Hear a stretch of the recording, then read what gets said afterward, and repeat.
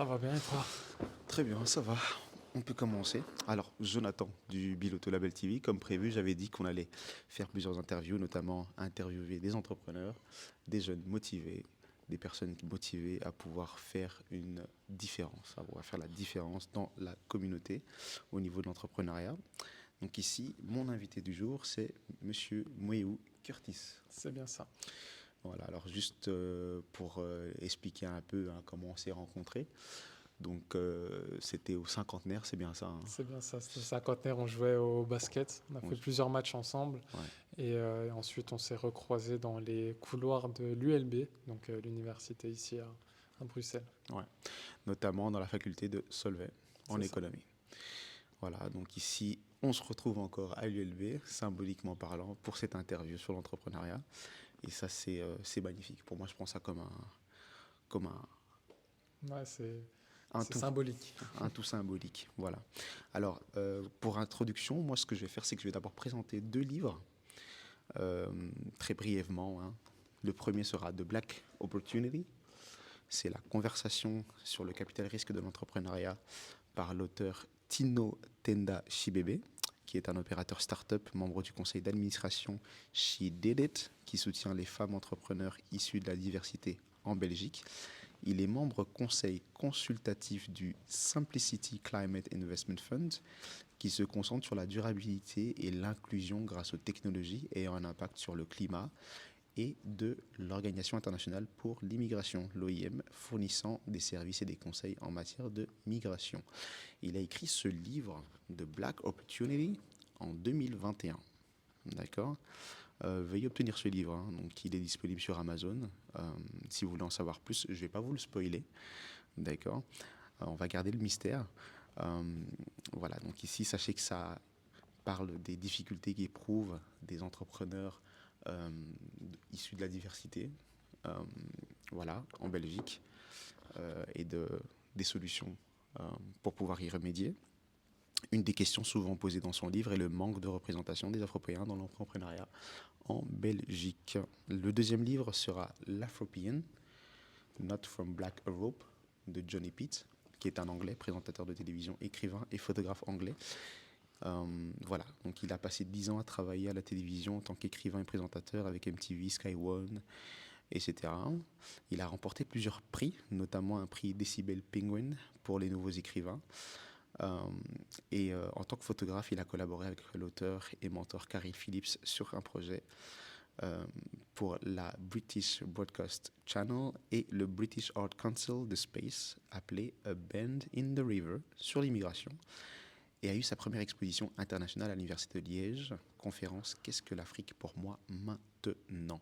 Afropean, pour vous résumer un peu le livre et la mission de Johnny Pitt, enfin, sa mission hein, dans ce livre, c'est qu'il a visité plusieurs villes en Europe pour chercher la communauté noire et voir comment il s'en sortait, d'une certaine manière, comment ça fonctionne, les, euh, où sont les commerces, où sont les entreprises, où sont les lieux de culte, ce genre de choses, enfin, toute la culture autour de la diaspora africaine en Europe.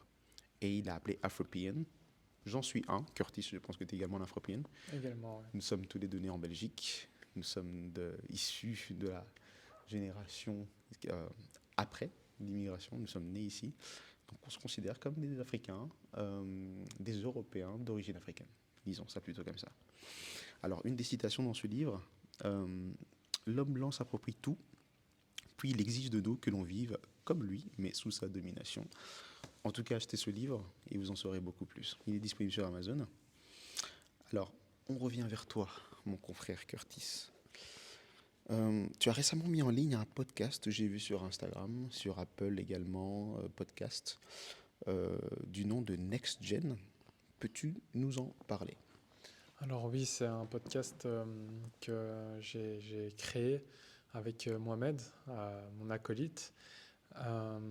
C'est tout simplement pour aider les entrepreneurs et pour motiver les entrepreneurs, les jeunes entrepreneurs à se lancer simplement et à pouvoir développer une activité et même au-delà de ça, de pouvoir simplement se développer humainement. Humainement, bien sûr. Bien sûr, on sous-entend par là que l'entrepreneuriat permet également de se développer humainement. également. D'accord. Entreprendre, selon toi, c'est inné ou cela provient suite à un besoin interne d'apporter des solutions à d'autres? Est-ce qu'on est entrepreneur?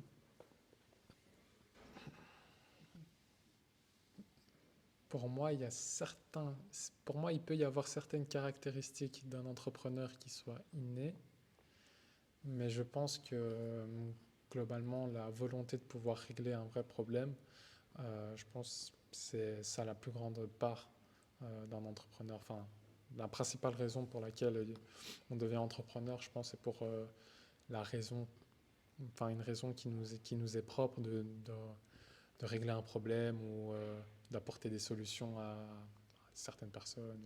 Super, Enfin, c'est tout à fait louable, hein. Je considère que c'est une très très bonne chose. Maintenant, si apporter des solutions et régler le problème des gens, de la société notamment, est une bonne chose, et que cela est également euh, félicité, hein, récompensé, pourquoi il y a des gens qui ont peur de se lancer? parce que c'est pas le chemin traditionnel. Ah, ok, d'accord. Le chemin traditionnel, ce sont les études, avec un diplôme à la clé, puis ensuite le salariat et, et gravir chaque échelon petit à petit. Et peut-être qu'à un moment, on sera cadre ou qu'on pourra potentiellement lancer quelque chose. Mais c'est vrai que l'entrepreneuriat, au sens du terme, vraiment se lancer sans forcément d'avoir un quelconque diplôme ou qualification, ça fait peur parce que c'est pas le chemin traditionnel. Donc, dès qu'on prend un chemin secondaire, entre guillemets, euh, les gens sont réticents parce qu'il y a du jugement, il y a le regard des autres, il y a plein de facteurs qui peuvent empêcher des gens d'avoir confiance en eux et de pouvoir se lancer. Oui, bien évidemment, on sort des sentiers battus, hein, donc Exactement. forcément. Et toi, qu'est-ce qui t'a motivé à réellement passer le cap au-delà du fait de vouloir pousser les jeunes également dans l'entrepreneuriat, de les motiver, de créer un mouvement derrière toi? Qu'est-ce qui, toi, personnellement, t'a poussé à passer le cap? Euh, j'ai perdu confiance. J'ai perdu confiance simplement dans le chemin traditionnel. Donc toute ma vie, j'ai eu l'impression qu'on me rabâchait le même discours qui est vous verrez plus tard, dans un an, dans 2 ans, dans 3 ans, vous verrez, vous aurez des choses importantes, intéressantes et qui vont réellement vous apporter des choses, que ce soit en secondaire ou chaque année, j'apprenais de nouvelles choses qui n'étaient pas vraiment utiles. Et puis quand j'arrive à l'université, au final c'est la même chose. J'arrive au bachelier et on me dit que c'est au master que ça va être vraiment intéressant et utile. Et j'ai simplement perdu confiance. Et donc je me suis dit que j'allais choisir un autre chemin. Oui, un report à chaque fois. C'est ça. D'accord, forcément, c'est assez pesant pour certains. Euh, alors, ici, c'est une question assez particulière, hein. Faut-il une mentalité gagnante ou un système fonctionnel? Selon toi, dans l'entrepreneuriat, faut-il des étapes à respecter ou faut-il avoir juste la mentalité du vainqueur et du gagnant pour pouvoir y arriver? Pour moi, les deux sont compatibles. Euh, c'est sûr qu'il faut avoir une mentalité de vainqueur, étant donné que tu n'as que toi. Très, très souvent, il n'y a que toi, ou alors peut-être un ou deux associés, mais très souvent, on se lance tout seul. Et donc, si tu n'as pas confiance en toi et que tu n'as pas la croyance de vraiment pouvoir réussir, Ça va être compliqué, ça hein. va être très très compliqué. Ouais. Donc, ça, c'est indispensable. Et sinon, c'est vrai que pouvoir avoir un système efficace, ça peut être aussi très important. Maintenant, c'est vrai que ce sera beaucoup moins défini et encadré que le système traditionnel où voilà, il y a la première année, la deuxième année, la Ah troisième oui, année. forcément, oui, en entrepreneuriat, c'est Voilà, pas comme ça, donc hein. c'est pas comme ça. Ouais. Mais c'est vrai qu'il y a des étapes qui sont beaucoup plus floues, mais qui sont là et qui sont importantes, je pense, à suivre. Bien sûr, c'est aussi une mentalité d'aventurier. Le C'est but, c'est ça. d'aller à l'aventure et de découvrir de nouvelles choses. Il y a des personnes qui ne supportent pas notamment la routine du salariat, tout simplement, d'un travail simples, basiques, qui veulent découvrir de nouvelles choses, qui veulent voilà, obtenir plus de compétences. Et, euh, et ce sentiment également de je fais quelque chose que j'ai envie de faire, notamment, j'apporte une solution, j'apporte une valeur. Et voilà, donc c'est aussi ça. Euh, alors, un point assez important, euh, c'était plutôt de l'encouragement, c'était plutôt de la réticence. Comment tes proches ont pris le fait, ont appris et comment ils ont réagi par rapport Alors, à ta volonté de te lancer dans l'entrepreneuriat? alors j'ai eu les deux. Ouais. J'ai eu énormément d'encouragement et même des personnes qui n'étaient pas forcément proches, hein, mais qui voyaient voilà, une petite publication sur Instagram et qui ont envoyé un petit message pour motiver. Ça, j'ai eu. Maintenant, des proches, j'ai aussi eu de la réticence. Je pense pas que ce soit avec la mauvaise intention. Enfin, je pense qu'il y en a eu et qu'il y a eu avec des très bonnes intentions. Mais, mais oui, un peu de réticence quand même parce que Petit problème technique, nous revenons à vous dans un instant.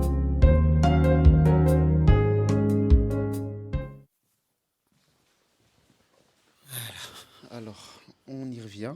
On a malheureusement été coupé par poursuivi technique.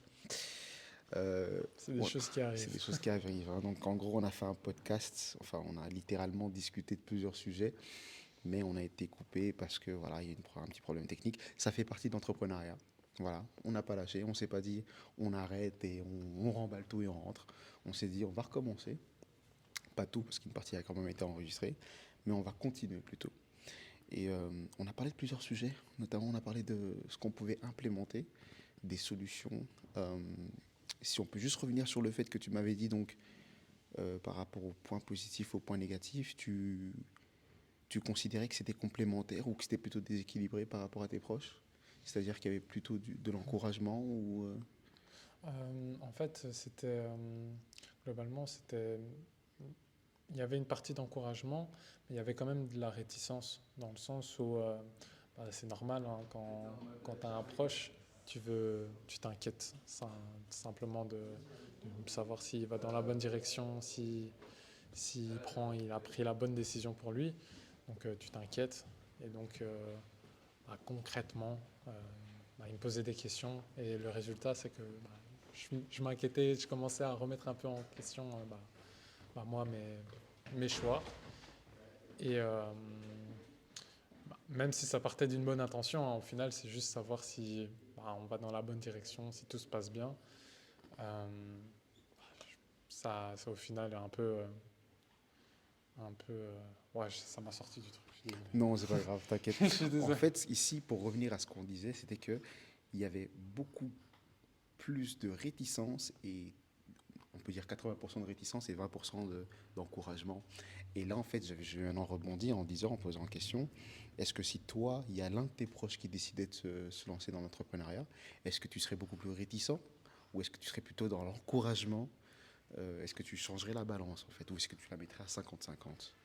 Euh, je sais pas vraiment en termes de pourcentage, mais en tout cas, je ferai en sorte de énormément les encourager.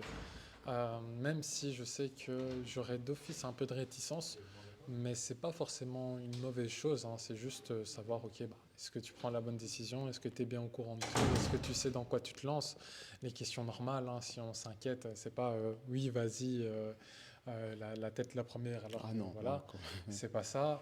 Mais juste une fois que je m'assure de ça, bah, évidemment, j'encouragerai énormément n'importe qui, même pas un proche, hein, mais à se n'importe lancer.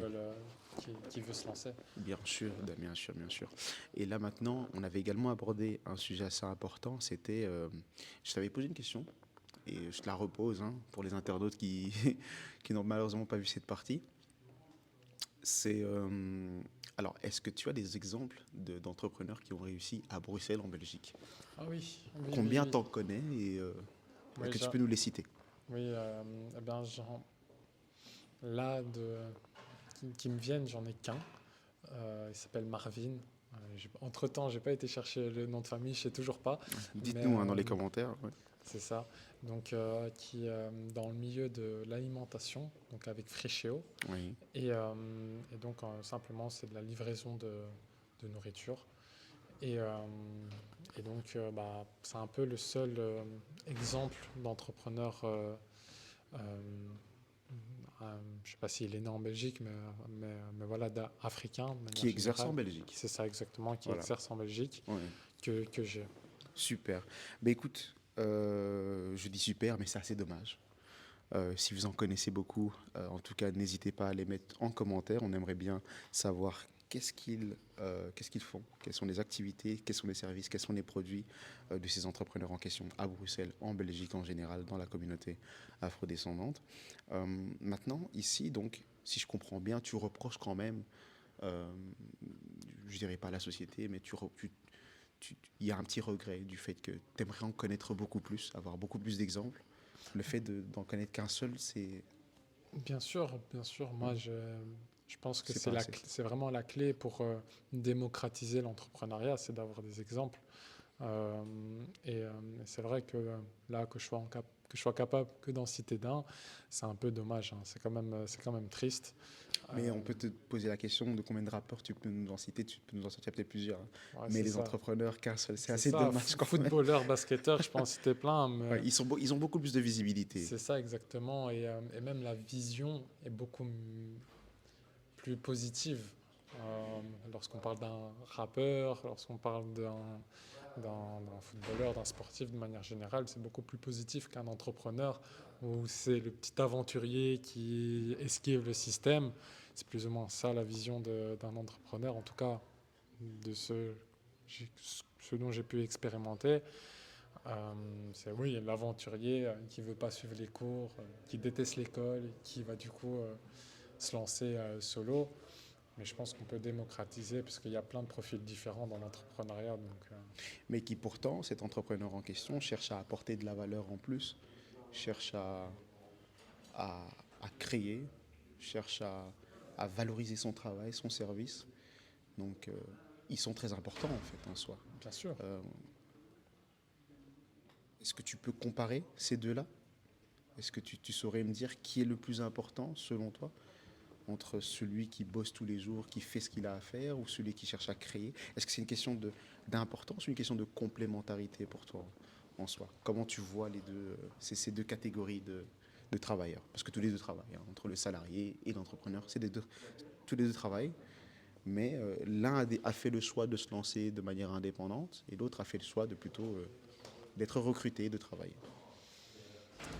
Je pense que bien sûr que les deux sont complémentaires. Un monde où il n'y a que des entrepreneurs, ce serait un monde qui tourne pas très rond. Et un monde où il n'y a que des salariés, c'est un monde qui est pas faisable. Ouais. mais oui, c'est clair que les deux sont complémentaires étant donné que c'est deux profils différents. Hum, Mais c'est vrai que la charge mentale d'un entrepreneur peut dissuader Oui, plusieurs personnes et donc naturellement elle se redirige vers le salariat. oui, forcément. Alors, en ce qui concerne, j'essaie de me souvenir un peu des questions qu'on avait abordées avant notre malheureux problème technique. C'est assez inspiré. C'était l'aspect de est-ce qu'il y a une voie, est-ce qu'il y a un chemin à suivre, est-ce qu'il faut passer par un 1, 2, 3 au niveau de l'entrepreneuriat, c'est-à-dire alors tu dois faire telle chose à tel moment, est-ce que c'est une question d'un système fonctionnel ou est-ce que c'est une question de mentalité gagnante? Alors, je ne sais pas si j'ai posé déjà cette question auparavant, n'y réponds pas, on va laisser cette question aux internautes qui nous suivent. Faut-il avoir une mentalité gagnante pour se lancer ou faut-il un système que tout le monde pourrait apprendre pour se lancer? Voilà, donc, ou les deux. Alors, répondez en tout cas dans les commentaires. Je vais revenir vers toi, Curtis, pour aborder autre chose. On a parlé de l'appât du gain, notamment. Considères-tu que l'entrepreneuriat serait une niche d'appât du gain ou vu comme tel? euh, je t'écoute par rapport à ça. Hum, je pense qu'il y a une vague assez récente de quelques années oui, c'est clairement l'appât du gain. C'est-à-dire que de par tous les influenceurs ou les entrepreneurs qu'on a pu voir sur les réseaux sociaux qui font la promotion de leur lifestyle, euh, voilà, comme c'est Dubaï, que c'est Ibiza ou que sais-je, et donc bah, ça donne envie à des gens, ils se disent ok, qu'est-ce que je dois faire pour obtenir ça? Je dois entreprendre, ok j'entreprends, et ils vont pas plus loin dans la réflexion. Et donc, bah, c'est clair que bah, tu n'es pas appâté par le chemin, étant donné que tu ne le connais pas. Tu es, juste appâté par le gain, par l'argent, par voilà, le lifestyle. Donc oui, maintenant je pense qu'il y a une autre partie qui se lance pour vraiment soit le message qu'ils veulent véhiculer, ou soit vraiment le problème qu'ils veulent résoudre dans la société. D'accord. Donc c'est vraiment, allez, je vais entreprendre parce que je veux également être capable de me payer des voyages très chers et filmer ces voyages C'est ça. et partager ces voyages au lieu de je veux entreprendre parce que je veux apporter de valeur à la société, je veux être fier de mon travail. Alors je ne dis pas que les deux ne sont pas complémentaires, on peut faire les deux, mais il y a un côté qui prédomine. On a l'impression qu'il y a un côté qui prédomine et c'est le côté du je veux montrer, le C'est côté ça. le m'as-tu vu C'est ça. voilà, que certaines personnes reprochent.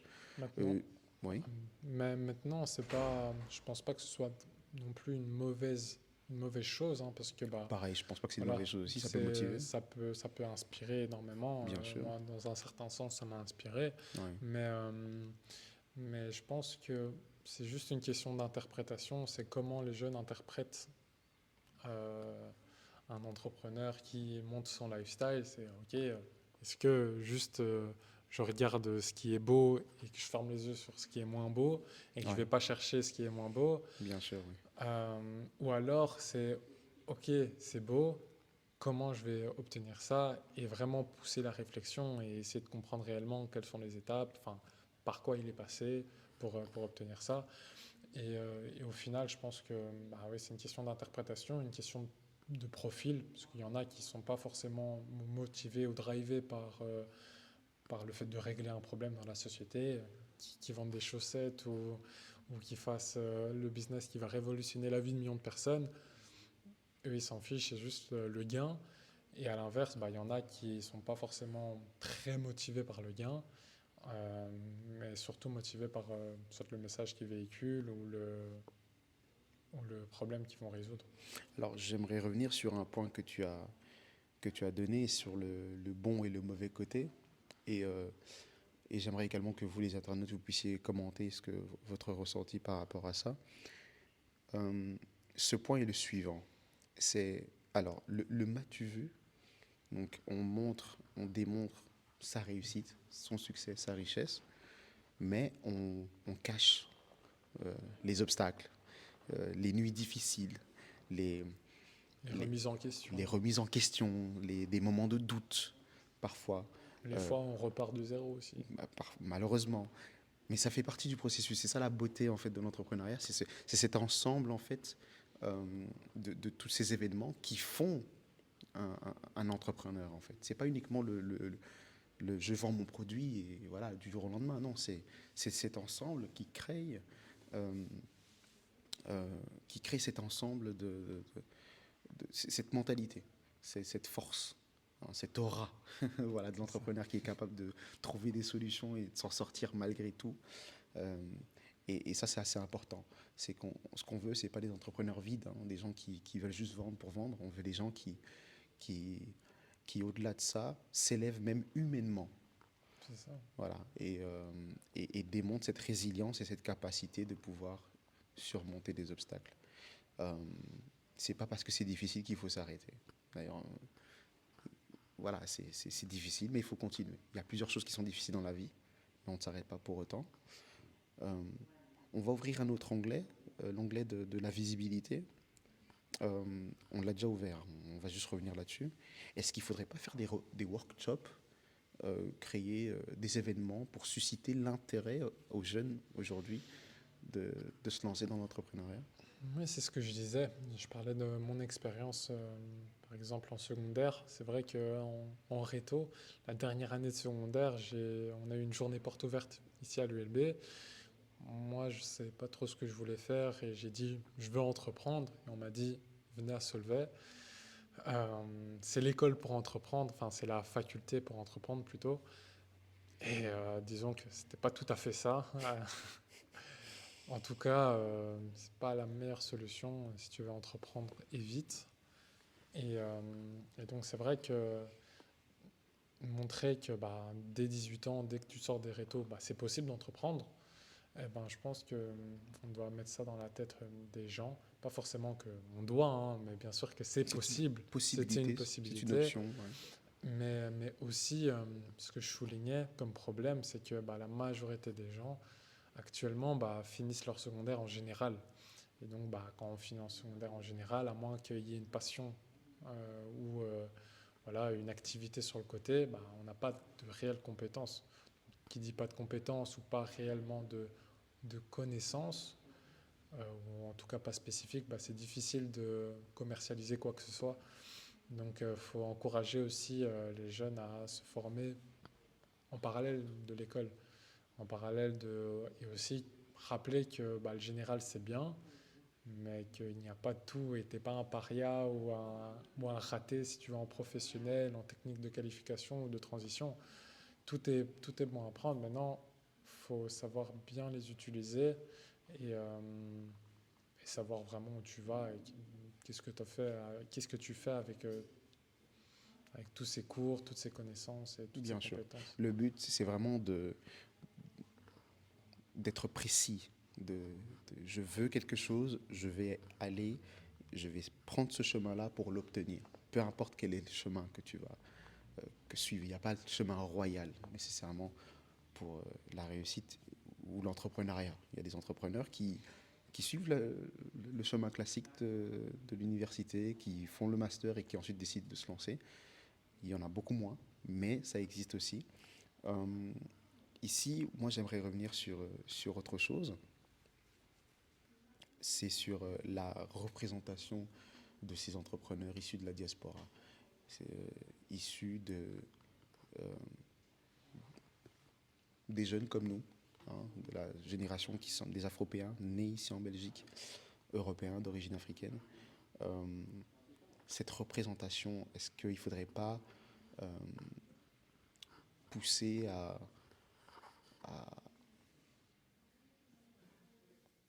je ne vais pas dire susciter des passions, susciter de l'intérêt, mais est-ce qu'il ne faudrait pas plus en fait? Est-ce que c'est pas assez?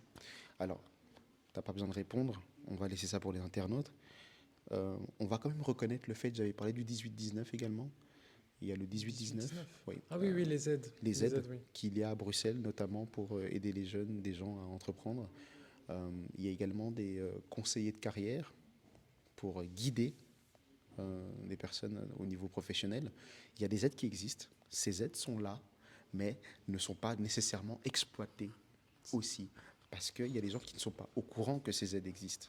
C'est ça. Et on ne peut demander que ce que l'on sait. Ouais. Si on ne le sait pas, malheureusement, on ne peut pas le demander. Hein, est-ce que tu me rejoins là-dessus? Quel est ton... Bah, Ouais. exactement, hein, c'est comme on l'avait dit, il y a un grand problème parce que si on, comme tu le dis, si on n'est pas au courant de quelque chose, on ne peut pas le demander et du coup pas le recevoir.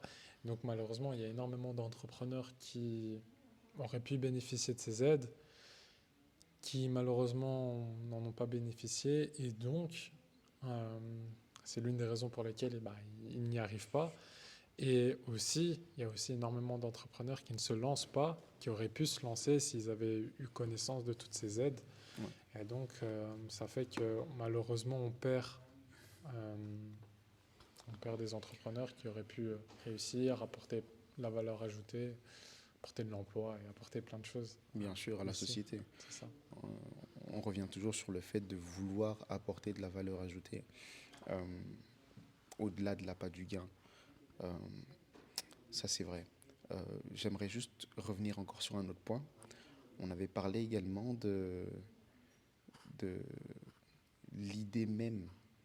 Est-ce qu'il faudrait différencier entre l'entrepreneur belge et l'entrepreneur afro-belge, par exemple? Quelle est la différence? La différence est de celui qui est issu de l'immigration, qui vient sur place et qui cherche à apporter une valeur ajoutée euh, dans son pays d'adoption, nous, mais qui doit le faire en faisant face à des différents obstacles. Euh, la, le manque de connaissances, le fait de ne pas savoir, de ne pas savoir où aller, à qui s'adresser. Il faut savoir il y a plusieurs cercles, hein, enfin des cercles, des groupes, notamment la BNI, Network International, qui est un groupe en fait d'entrepreneurs et d'indépendants à l'international. En Belgique, ça existe. Est-ce qu'il faudrait également créer un groupe euh, au niveau de la diaspora, au niveau afro-péen, pour ne serait-ce qu'ouvrir de nouvelles opportunités si ceux-ci n'ont pas la possibilité de pouvoir s'adresser à d'autres. C'est aussi une question de marché, hein. C'est une question de marché, c'est une question de partenariat. Euh, quand il y a, S'il y a des portes qui sont fermées, le but c'est également de se dire bon, écoute, je vais pas insister, je vais aller là où les portes seront ouvertes. Faudrait-il plutôt, penses-tu qu'il faudrait-il euh, créer notre propre groupe d'entrepreneurs Bien sûr, afro-péens bien sûr, bien sûr. en Déjà, Belgique? déjà, il n'y a rien qui nous en empêche. Et bien sûr que bah, si on a un groupe spécifique, des personnes bah, qui ont les mêmes passions, les mêmes objectifs et qui ont les mêmes origines, pas forcément en termes de pays, hein, mais juste bah, voilà, le continent simplement, et même l'histoire, je pense que ça peut être que bénéfique de pouvoir bien s'identifier déjà bah, avec les personnes que tu vas côtoyer et avec les personnes bah, que potentiellement tu vas recevoir de l'aide, tu vas les aider, et ça peut être qu'un cercle vertueux à mon sens. Oui, un cercle vertueux. Le but, c'est de ne pas... euh,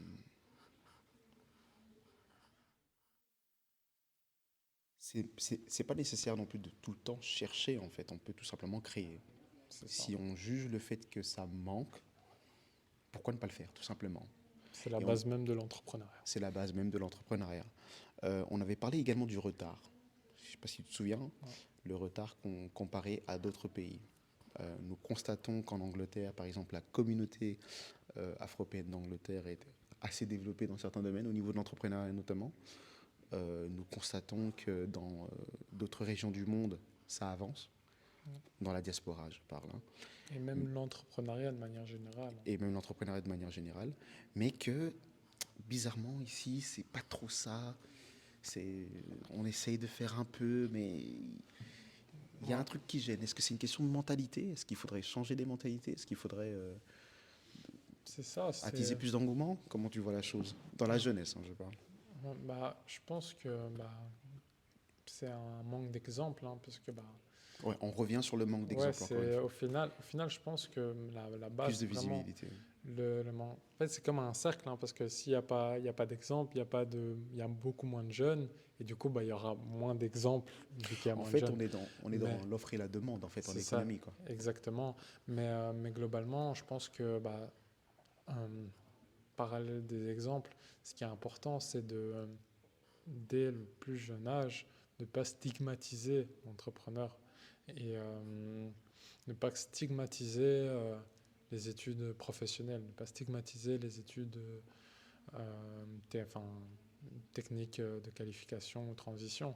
Et le problème, c'est que actuellement, en tout cas, moi, c'est mon expérience, c'est l'expérience d'énormément de personnes, je pense, c'est que on parle juste d'une seule voie, la voie générale. Tu fais tes études en général, tu finis avec le CESS, puis tu vas à l'université ou l'autre école et tu prends ton bachelier ou ton master et après tu commences le salariat et voilà. Le chemin Tout autre, classique. et tout autre chemin, il est stigmatisé, il est vu bizarrement et les gens sont réticents à le prendre. Donc si on arrive à normaliser les autres chemins, que c'est OK, comme je le dis, d'aller en études professionnelles, que c'est OK de directement se lancer à 18 ans, et qu'on montre que c'est possible. Certaines personnes montrent que c'est possible, que c'est pas seulement l'élite de l'élite qui peut y arriver, mais que c'est possible.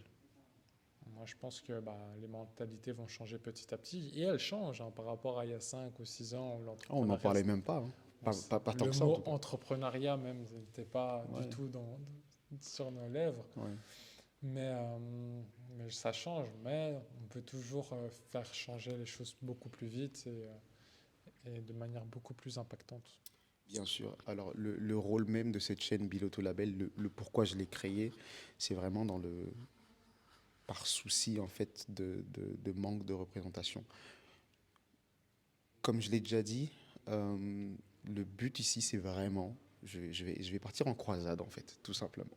Donc, ce que je vais faire, c'est que je vais faire le tour de Bruxelles et je vais interviewer un maximum d'entrepreneurs afropéens, entrepreneurs issus de la diaspora noire, belge, des afro-belges qui sont là, qui travaillent, qui essayent au mieux d'apporter de la valeur ajoutée dans cette société. Et je vais leur donner une parole, je vais leur donner une voix et je vais m'intéresser à eux et je vais faire en sorte que cette chaîne puisse grandir autour de cela. On créera également des podcasts pour discuter de plusieurs problématiques. Notamment, j'avais mentionné Tino Tenda Chibebe concernant les capital risques, les business angels, des microcrédits, des outils de financement pour les startups et ceux qui créent.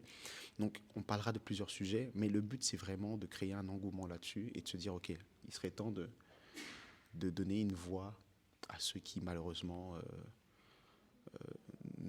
je dirais pas qu'ils n'en ont pas, mais qu'elles puissent porter un peu plus. Voilà. C'est ça. Ça apportera non seulement à la communauté, mais ça apportera à la société en général. Il y a des Belges, j'ai des amis belges, qui aimeraient bien savoir s'il n'y a pas un entrepreneur dans le domaine, je ne sais pas moi, des raffias ou dans le domaine de... Peu importe ce qu'il fait, peu importe l'activité, même dans le domaine financier, qui aimerait par exemple investir en Afrique. Est-ce qu'il n'y aurait pas des outils présents? Est-ce qu'il n'y aurait pas des gens à même capables de pouvoir assurer leurs intérêts de l'autre côté, ou même ici, tout simplement, dans divers domaines. Euh, donc, c'est vraiment la raison pour laquelle j'ai créé cette chaîne. Et, euh, et voilà. En revenant à toi, Curtis, euh, avant-dernière question, est-ce que tu te sens concerné par cette problématique de manque de visibilité toi-même, personnellement? Euh, Ce que j'aurais bien aimé qu'il y ait plus de visibilité Est-ce sur que les tu te sens entrepreneurs. concerné? Est-ce que également tu te sens concerné par ça? Naturellement, oui. S'il y avait eu plus d'exemples ou plus si voilà, j'étais au courant de plus d'aide, évidemment que la vie serait plus simple. Oui, naturellement, oui, je me sens bien concerné. Voilà. Donc on est d'accord que en soi, ça nécessite beaucoup plus d'efforts. Il y a beaucoup plus d'efforts qui doivent être réalisés, beaucoup plus de recherche.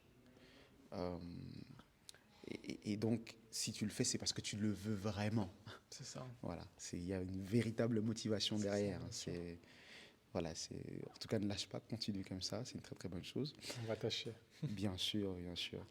Et alors, pour le mot de la fin, pour les entrepreneurs euh, de afro-belges, quel conseil tu leur donnerais pour ceux qui veulent se lancer, qui n'ont pas encore lancé, qui sont pas encore lancés, mais qui y pensent, pour ceux qui se sont déjà lancés et pour ceux qui sont là, pour ceux qui sont de l'autre côté, mais qui chercheraient également à se lancer. Comment tu, Mm. quel conseil tu leur donnerais? Je pense que je dirais que si vous avez déjà rencontré des difficultés ou vous faites face à des inégalités, je pense que c'est le meilleur moyen de prendre votre revanche, simplement, hein. Donc, Bien étant sûr. donné que là, vous dépendez presque que de vous, euh, c'est le moment de juste montrer que bah, voilà, c'est possible de prendre votre revanche sur la vie, sur la société, en faisant bah, quelque chose de bien, quelque chose qui vous anime, j'espère. Bah, voilà, c'est le meilleur moyen d'être libre, c'est de faire ce que vous voulez. Et donc, c'est juste, ouais, c'est le moment de prendre votre revanche sur la vie et sur toutes les inégalités auxquelles vous avez pu faire face. Oui. En fait, il faut utiliser ces obstacles comme Du carburant. du carburant, exactement, merci. Tu as vraiment pu avoir le bon mot.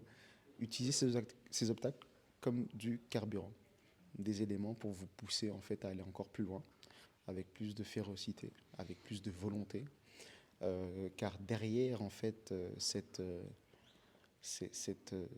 volonté d'y arriver, vous faites du bien à la société. Vous valorisez la communauté, vous valorisez beaucoup de choses. Et donc voilà, cette plateforme, en fait, elle est faite pour ça. N'hésitez surtout pas à me contacter, hein, s'il y a des entrepreneurs qui nous écoutent, contactez-moi en tout cas pour que je puisse non seulement vous interviewer et qu'on puisse en parler. Je mettrai les coordonnées de Curtis, Merci. notre invité du jour, dans la description, mes coordonnées également dans la description, nos réseaux bien évidemment, dans les commentaires. Partagez un maximum d'afro-business que vous connaissez, hein, d'entrepreneurs, que nous puissions aller voir un peu ce qu'ils font. Et en tout cas, voilà, utiliser ces inégalités comme du carburant pour aller beaucoup plus loin.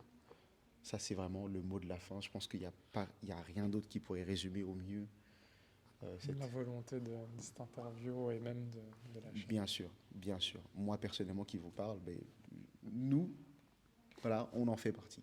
C'est vraiment de se dire, bon, ok, il serait temps maintenant de passer à l'action, d'agir tout simplement. Simplement. L'action, c'est le mot. C'est vraiment le mot-clé. Mm. C'est avec cette énergie-là qu'il faut y arriver, il faut y parvenir. Alors, comme on dit souvent, celui qui est tout seul, il va vite, mais ensemble, on va toujours beaucoup plus loin. Donc, allons-y ensemble et faisons les choses comme il faut. Parce que ça se fait déjà. Alors, il faudrait le ramener ici, à Bruxelles, en Belgique. Exactement. En tout cas, Curtis, merci de cet entretien. Merci à toi de l'invitation. Merci en tout cas. Laissez vos commentaires, likez la vidéo, abonnez-vous et en tout cas, à la prochaine pour le prochain numéro. Ciao. Ciao.